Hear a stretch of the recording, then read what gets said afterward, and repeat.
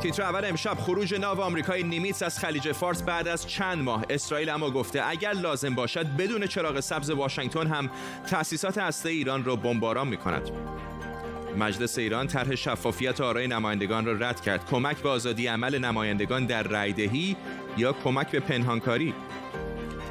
و خروج کامیل احمدی، پژوهشگر دو تابعیتی محکوم به زندان از ایران از راه کوهستان. گفتگو با او تا دقایق دیگر. به تیتر اول خوش آمدید.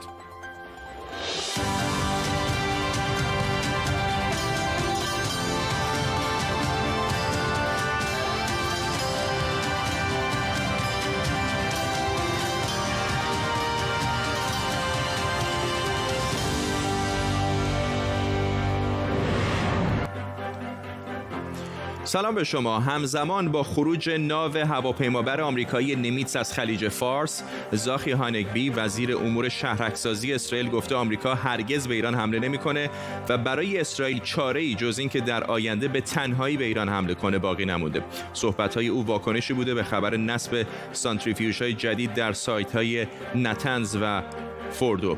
به تازگی بنی گانتس، وزیر دفاع اسرائیل، هم گفته بود اسرائیل هدف روشنی داره و اون هم هسته‌ای نشدن ایران و رئیس ستاد ارتش اسرائیل هم اعلام کرده بود که دستور آماده سازی طرح حمله احتمالی به ایران رو در سال جاری داده. در طول برنامه به کمک تیمی از کارشناسان و خبرنگارانمون از اسرائیل و آمریکا این خبر و خبرهای دیگر رو دنبال می‌کنیم. پیش از همه بریم سراغ همکارم در اورشلیم، بابک اسحاقی. بابک، به نظر میرسه که با دست کم در ظاهر آرامتر شدن فضا بین آمریکا و ایران، تنشات از سمت دیگه بین اسرائیل و ایران داره بالاتر میره. روزی نیستش که تهدید تازه‌ای نشنویم از سمت اسرائیل.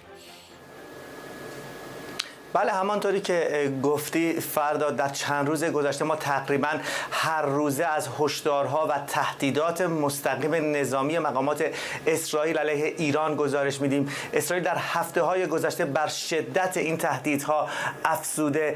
اگر دلیل اون به قول معروف پیامی برای جو بایدن نباشه که قرار هستش که به زودی گفتگوها را برای بازگشت به برجام آغاز بکنه، این امکان وجود داره که مأموران امنیتی اسرائیل یک سری اطلاعات مهم و دست اولی را در رابطه با پیشرفت جمهوری اسلامی ایران به سوی دستیابی به سلاح هسته‌ای به دست آوردن. ما این را میتونستیم از سخنان دیروز یووال اشتاینیس هم بفهمیم که گفتش که ایران میتونه تا 6 ماه دیگر آغاز به ساخت بمب هسته‌ای بکنه و پس از 2 سال به این بمب دست پیدا بکنه. سخنان زاخی هانگبی هم بر این سخنها محک میذاره که اسرائیل حاضر حتی بدون چراغ سبز ایالات متحده در صورت احساس خطر به تأسیسات نظامی ایران حمله کنه. بابک اسحاقی در اورشلیم، اسرائیل، ممنونم از تو.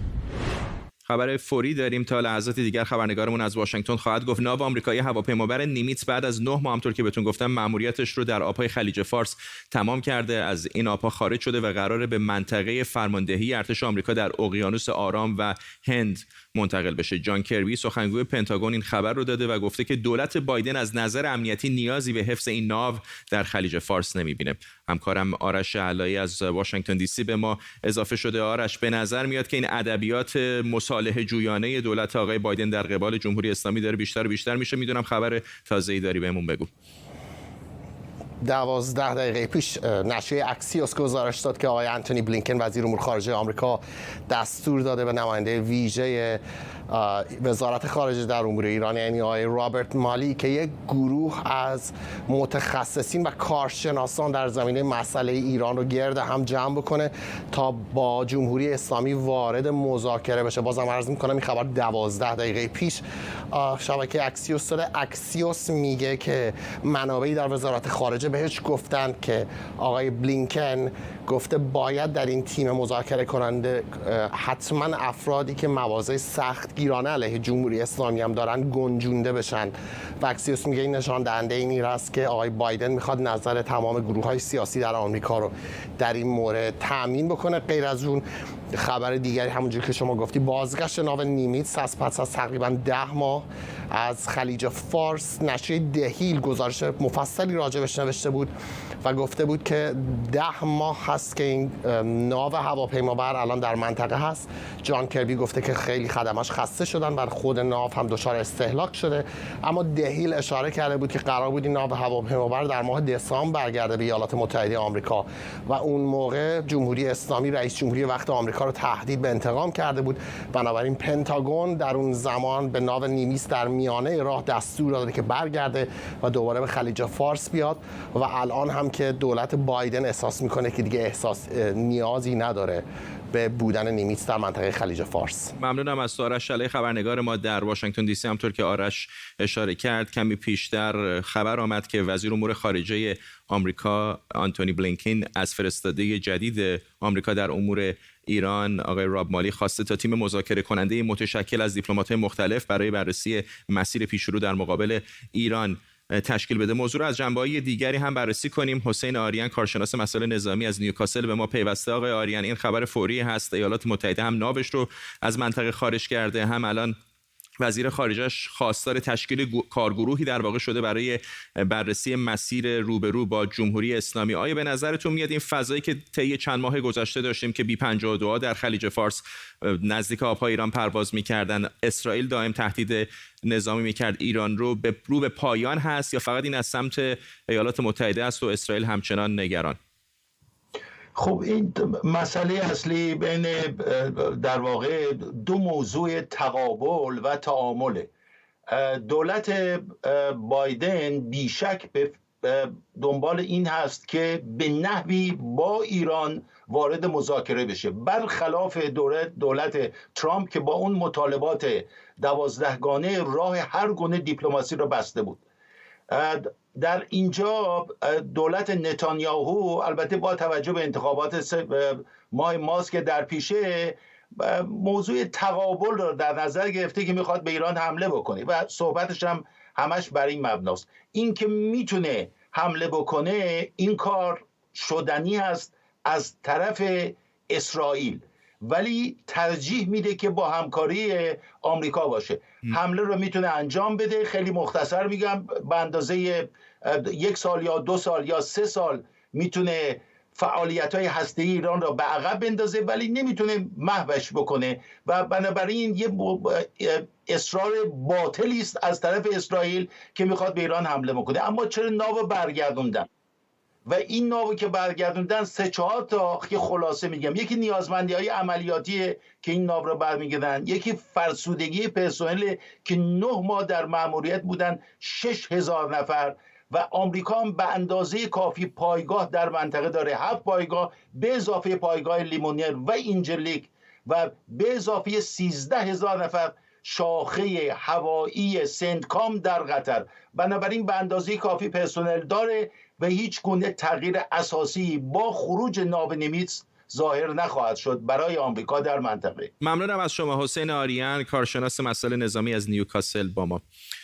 مجلس شورای اسلامی ایران امروز طرح شفافیت آرای نمایندگان رو رد کرد. طرحی که بر اساس اون اسامی نمایندگانی که به طرح‌ها و لوایح رأی میدن برای اطلاع عموم منتشر میشه. در خیلی از مجالس دنیا آرای نمایندگان مجلس علنی و آشکاره، اما در ایران رأیگیری در مجلس شورای اسلامی بدون ثبت نام انجام میشه. در برخی موارد هم رأیگیری با نشست و برخاست و بدون اعلام اسامی موافقان و مخالفان صورت میگیره و مثلا گفته میشه که فلان طرح یا لایحه با فلان تعداد رأی تصویب یا رد شده. در مجلس دهم اما گروهی از نمایندگان طرحی به اسم شفافیت آرای نمایندگان تهیه کردند که بر اساس اون بعد از هر رأیگیری در جلسات علنی تارنمای مجلس اسامی موافقان و مخالفان رو اعلام میکنه و همینطور اسامی کسانی رو که رأی ممتنع دادن یا اصلا رأی ندادن. آمار حضور، غیاب، تأخیر مأموریت داخلی و خارجی هم باید اعلام بشه.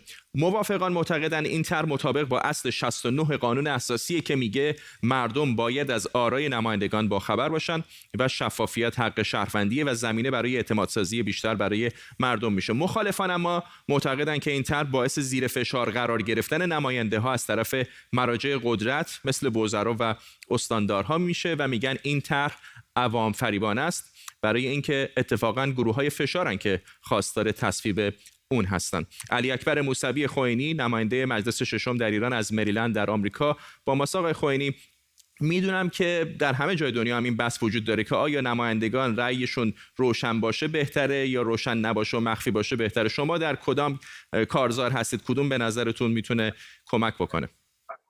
سلام عرض می‌کنم به شما و بینندگان عزیز.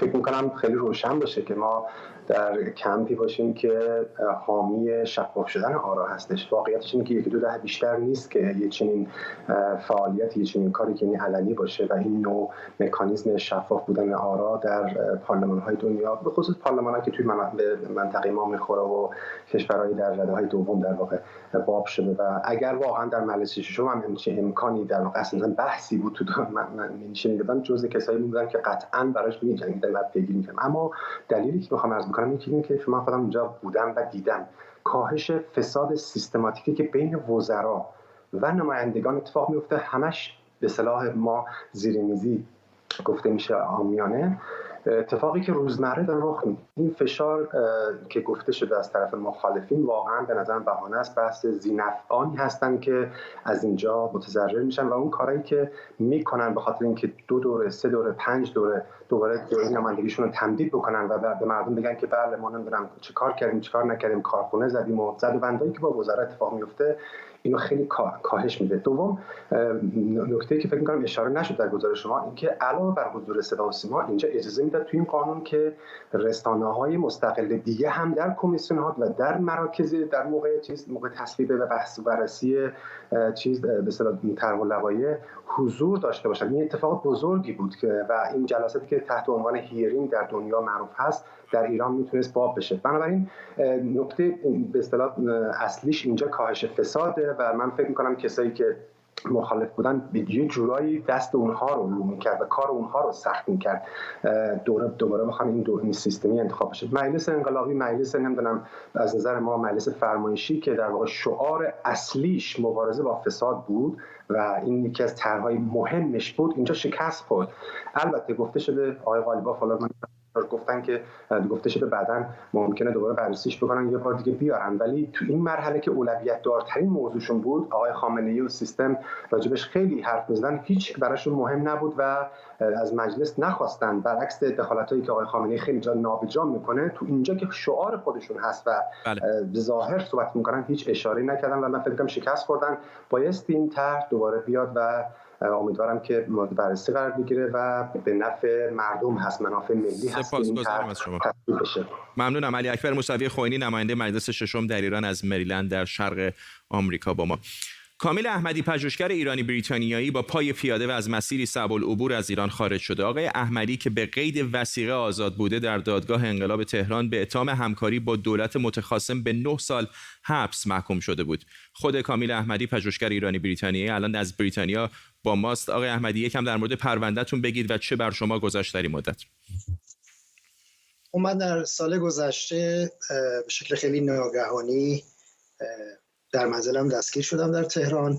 مدت 100 روز رو در زندان اوین و در بازداشتگاه 2 الف بخش عمده‌اش رو اونجا بودم و با قید وثیقه بعد از این 100 روز آزاد شدم به مشروط بر اینکه دادگاهی من انجام بشه. بعد بحث کرونا و مسئله پاندمی کرونا اتفاق افتاد و فکر کنم این باعث شد که دادگاه کمی به تأخیر بیفته. در تمام این طول این مدت من امید بر اجرای یک دادگاه عادل و محکمه پسند رو داشتم که در نهایت این دادگاه در شعبه 15 دادگاه انقلاب اسلامی به ریاست قاضی صلواتی برگزار شد و طی 2 جلسه‌ای که پر از اشتباهات حقوقی، قانونی و برگرفته بیشتر از تحلیل‌های بازجویی‌های مربوط تا قضاوت عادلانه و بر اساس پژوهش‌هایی که انجام داده بودم که قاعدتاً در علم قاضی نمی‌گنجد، متخصصی هم اونجا حضور نداشت که این بحث رو به قولی میشه گفت جنبه علمی بهش بده. من به 9 سال و 3 ماه زندان و 600,000 یورو جریمه به قولی محکوم شدم. با تمام امیدم دوباره وایستادم که اعتراض من در دادگاه تجدید نظر حداقل عادلانه تر بررسی بشه و متاسفانه این هم اتفاق نیفتاد و حکم عیناً تایید شد. ممنونم از شما. کامیل احمدی، پژوهشگر ایرانی بریتانیایی که از ایران به بریتانیا آمده. حالا افغانستان میگه آبگیری سد کمال خان روی رودخونه هیرمند رو شروع کرده. آب هیرمند به دریاچه هامون یعنی سومین دریاچه بزرگ ایران میرسه و در واقع بین ایران و همسایه‌اش مشترکه که سالهاست خشک بوده. اما امروز بالاخره بعد از 48 سال اساسنامه پیگیری حقابه ایران از هیرمند امضا شد. در این منطقه که با بحران خشکسالی هم روبروست، حالا سد کمال خان در افغانستان بعد از نیم قرن آبگیری شروع شده، سدی که روی رودخانه هیرمند زده شده. اما آب این رودخانه به دریاچه هامون در سیستان و بلوچستان ایران میرسه که وجودش برای این منطقه حیاتیه و حالا بعضی‌ها نگرانن که اینم بشه قوز بالا قوز بحران آب در این منطقه. اما دولت افغانستان میگه جای نگرانی نیست، چون بر اساس قراردادی که بین ایران و افغانستان در سال 51 امضا شده، سالانه 850 میلیون متر مکعب آب از هیرمند به ایران میرسه و با وجود این سد هم همین مقدار برای ایران خواهد موند، هرچند که ایران میگه تا به امروز این میزان آب به کشور نرسیده. تصاویر زنده داریم از بریتانیا در دانینگ استریت، مقر نخست وزیری بریتانیا. کنفرانس روزانه کرونا هست. تصاویر زنده رو دارید میبینید. بحران کرونا همچنان در بریتانیا و بسیار از کشورهای دیگر دنیا به جد داره زندگی مردم رو تحت تاثیر قرار میده. تصاویر زنده رو می‌بینید از دانینگ استریت، مقر نخست وزیری بریتانیا. خود بوریس جانسون نخست وزیر بریتانیا رو هم می‌بینید. در چند ماه گذشته تقریباً هر روز یا یک روز در میون کنفرانس‌های اینچنینی در دانینگ استریت بوده. اسماعیل کهرم رو داریم از تهران، اگر به ما وصل شده باشم، بومشناس و فعال محیط زیست، تا بتونیم در مورد بحث قبلیمون در مورد سد کمال خان روی رودخانه هیرمند صحبت بکنیم. آقای کهرم، خیلی ممنونم که به ما پیوستید. میخوام ازتون بپرسم که واقعا این نگرانی که این سد میتونه باعث کم آبی بیشتر در استان‌های مثل سیستان و بلوچستان باشه چقدر جدی هست؟ شمایی که میدونم بسیار هم در محیط زیست فعال هستید، چقدر دلنگران این داستانید؟ خیلی، به خصوص مردم سیستان و بلوچستان. ملاحظه فرمایید سد کجکی که احداث شد این جلوی هیرمند رو گرفت، رودخانه مشروب کننده تالاب بین المللی هامون خوش شد. بنده 700,000 بال پرنده رو اونجا سرشماری کردم، رسید به 30,000 و اون هم الان از بین رفته. خب حالا سد کمال خان چه خواهد کرد؟ سدی که در مرز ایران هست و سدی که با همکاری ترکیه با کمال تأسف ساخته شده. ببینید همسایه های ما با ما چه میکنن. از اون طرف در شرق ما افغانستان، در غرب ترکیه که جلوی رودخانه های دجله و فرات گرفته، یه قطره آب به عراق نمیره و شمال هورالعظیم اون تالاب بزرگ بین المللی ما رو هم محروم گذاشته از آب. این که گفتن جنگ های آینده سر آب خواهد بود، الان نارضایتی و نگرانیش در بین اهالی سیستان و بلوچستان الان پیدا شده. ما نمیتونیم بنشینیم و در اثر بی‌فعالیتی وزارت امور خارجه تحمل بکنیم که یک کشوری مانند افغانستان اینجوری به ما تحمیل بکنیم. وقتی که این سد آبگیری میشه طبق قراردادها هر ثانیه 26 متر مکعب، این عهد در زمان هویدا رئیس نخست وزیر شاه معاهده شد بین ایران و افغانستان. هویدا رفت اونجا و الان ما فکر نمی کنیم و انتظار نداریم که کشور افغانستان به تعهداتش عمل بکنه. در نتیجه وقتی که این سد آبگیری شد، یعنی سیستان و بلوچستان از آب تهی خواهد شد و کشاورزیش خواهد مرد مانند تالاب هامون. اسماعیل کهرم، فعال محیط زیست از تهران، ممنونم از شما. دوباره تصاویر زنده داریم از دانینگ استریت، مقر سکونت و کار نخست وزیر بریتانیا بوریس جانسون که تقریبا هر روز طی ماه‌های گذشته در مورد وضعیت کرونا در این کشور با تیمش صحبت کرده. دقایق پیش آقای جانسون گفتش که شرایط هرچند کمی رو به بهبود هست اما هنوز خیلی زود هست تا درهای بریتانیا رو به روی زندگی عادی دوباره باز بکنیم. نخست وزیر بریتانیا گفته که نزدیک به 10 میلیون نفر در این کشور تا حالا واکسینه شدن. بریتانیا جمعیت نزدیک به 70 میلیون داره. بیشتر کسانی که بالای 80 سال بودن واکسینه شدن و واکسینه کردن افراد بالای 70 سال هم همچنان در جریان. به مدد همین واکسینه شدن افراد بالای 70 سال، آنطور که نخست وزیر بریتانیا میگه، فشار تا حدودی از نظام بهداشتی بریتانیا موسوم به NHS کم شده. برای سالهای متمادی نبض وال استریت و بازارهای بورس در دست سرمایه‌گذاران حرفه‌ای و بانک‌ها بوده، اما حالا چند وقتی که مردم عادی با همین شبکه‌های اجتماعی حساب و کتاب وال استریت رو به هم ریختن. اگر دستی در بازار بورس و سهام داشته باشین یا اینکه اخبارش رو دنبال کنید، حتما شنیدید که ارزش سهام شرکت گیم استاپ در مدت کوتاهی یهو چند برابر شد. اونایی که اهل بازی‌های کامپیوتری هستن و سن و سالی هم ازشون گذشته با گیم استاپ آشنان. یک فروشگاه زنجیره‌ای که کارش فروش بازی‌های کامپیوتری و لوازم جانبیه، ولی کار و کاسبیش کساد شده بود. به اواخر سال 2019 ارزش سهامش از $56 به $5 رسید و 450 تا از فروشگاهاش رو هم تعطیل کرد. الان یک ساله که دنیا با بحران کرونا دست و پنجه نرم میکنه، اما در حالی که خیلی از حرفه‌ها با مشکلات زیادی روبرو شدن، کاروبار بازی‌های کامپیوتری حسابی سکه شده، چون مردم مجبورن تو خونه بمونن و یکی از اصلی‌ترین سرگرمی‌ها هم طبیعتاً همین بازی‌های کامپیوتریه. اما گیم استاپ فروشگاه بازی‌های فیزیکیه و خیلی‌ها دیگه دارن به بازی‌های آنلاین رو میارن. همین باعث شده که کاربران در شبکه اجتماعی محبوب در آمریکا به اسم ردیت درباره گیم استاپ یک بحث مفصل راه بندازن. همین بحث باعث شد که اسم گیم استاپ توی این یکی دو هفته دوباره سر زبون‌ها بیفته و ماجراش به توییتر هم کشیده بشه. حتی ایلان ماسک هم دربارش توییت کرده و یه عده‌ام شروع کردن به خریدن سهام گیم استاپ و یک دفعه ارزش سهامش بالا رفته و 10 برابر شده.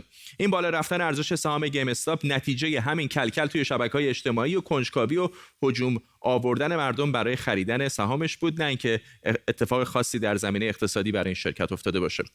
اینطوری یه چند روزی بخت به گیم استاپ رو کرد و اما کم کم ارزش سهامش دوباره پایین اومد. بعضی جاها هم خرید سهامش رو غیر فعال کردن. حتی برنامه رابین هود که هدفش رو تسهیل مشارکت عامه مردم در بورس و از انحصار درآوردن سود سرمایه‌گذاری برای یه عده خاص اعلام کرده بود، دسترسی به سهام گیم استاپ رو محدود کرد. حالا خیلی ها دارن میگن این اتفاق یک جور انقلاب سهامداران خرده پا علیه سهامداران بزرگ به حساب میاد. انقلاب آدم‌های عادی که خیلی ساده تونستن ارزش سهام یک شرکت رو اینطوری جابجا کنن.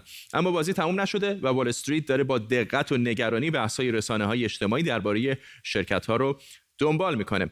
بابک جلیلوند، کارشناس رمز ارز و فناوری بلاکچین از آمستردام با ماست. آقای جلیلوند، آیا واقعا این یک انقلاب هست یا کسانی که بالاخره تغییر ایجاد کردن در ارزش سهام گیم استاپ برای چند ساعت و چند روز در واقع بخشی از خود سیستم هستن که دارن با همون مکانیزم‌های سیستم بازی میکنن؟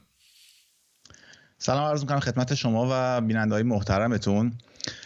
عرضم به حضورتون که قطعا یک انقلابی داره اتفاق میفته و البته حالا این انقلاب منظورم مشخصا در مورد گیم استاپ و این موارد اخیر نیستش. ما دنیا داره به سمت دیجیتایز شدن میره و روز به روز استفاده از در واقع ابزار و تکنولوژی دیجیتالی داره بیشتر و بیشتر میشه. قاعدتاً استفاده از این ابزارهای تکنولوژیک و ابزارهای مدرن و دیجیتال خب امکانات بیشتری رو هم به مردم و تمام کسایی که ازش استفاده میکنن میده و خود این ابزار کمکی هستش برای اینکه بتونن با سیستمی که در واقع در حال حاضر وجود داره و داره کارش رو انجام میده مبارزه بکنن یا باهاش تقابل داشته باشن. و اگر از این زاویه نگاه کنیم، بله یک انقلابی اتفاق افتاده، نه تنها روی این مورد بلکه به صورت کلی توی دنیای در واقع دیجیتال این اتفاق افتاده. شما عقب‌تر هم اشاره کردید به این نکته که بحث کرونا رو در واقع پیش کشیدید و یک سال گذشته مردم خیلی بیشتر در واقع توی خونه نشستن و این باعث شده که بیشتر از تکنولوژی هایی که توی فضای اینترنت هست بتونن استفاده بکنن و آشنا بشن باهاش. ممنونم از شما. بابک جلیون، کارشناس رمز ارز و فناوری بلاکچین از آمستردام با ما. قبل از پایان برنامه یادی هم بکنیم از علی انصاریان، بازیکن محبوب فوتبال ایران که بعد از چند روز مقاومت در برابر کرونا امروز درگذشت. شبکه‌های اجتماعی پر شده از کلیپ‌ها و خاطرات او و همینطور پیام‌های تسلیت. علی انصاریان البته تنها کسی نیست که به خاطر کرونا جانش رو خیلی زود هنگام از دست میده. همه ما امیدواریم به زندگی عادی برگردیم، ولی واقعیت اینه که کرونا همچنان بیماری خطرناکه و نه زندگی عادی هنوز به جریان نیفتاده و تا تکمیل واکسیناسیون هم هنوز راه درازی باقی مونده. نمیخوام موعظه کنم که اصلا کار من این نیست، ولی خواهش میکنم ماسک بزنید تا جای ممکن از خانه بیرون نرید و دست و وسایلتون رو دائما ضد عفونی کنید. مراقب خودتون و اطرافیانتون باشید. امشب هم ساعت 11:30 شب همکارانم در بخش ورزش ویژه برنامه‌ای درباره علی انصاریان دارن. تا شنبه، بدرود.